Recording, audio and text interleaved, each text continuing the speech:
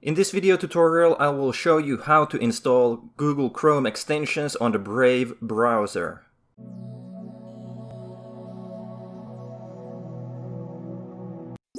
Installing Chrome extensions on the Brave browser is incredibly easy because Brave is a Chromium-based browser and Chromium is an open source version of Google Chrome. So they basically use the same type of extensions. To install the extensions, simply go to the Google Chrome web store at chrome.google.com/webstore. You can also search for the Chrome web store on your search engine like Startpage or Google. Once in the web store, just pick an extension that you want to install.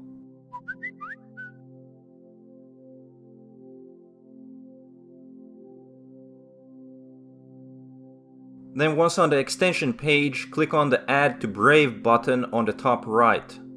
Now click on the Add Extension button. There you go, now the Chrome extension has been installed.